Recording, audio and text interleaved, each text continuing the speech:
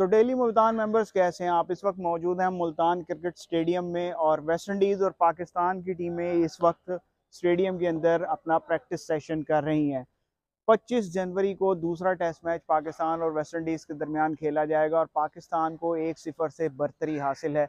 बाबर आजम जो हैं वो यहाँ पर सामने ही प्रैक्टिस कर रहे हैं और वो स्लिप में फील्ड की प्रैक्टिस कर रहे हैं यानी। और जो पिच है, पिच पे मैं आपको दिखाता हूँ, पंखे लगे हुए हैं, पिच दोबारा से पकाई जा रही है यानी ये पिच भी स्पिन ट्रैक ही होगा। और उसी तरीके से मेरे ख्याल से 2-3 दिन में जो है वो टेस्ट मैच का रिजल्ट निकल आएगा।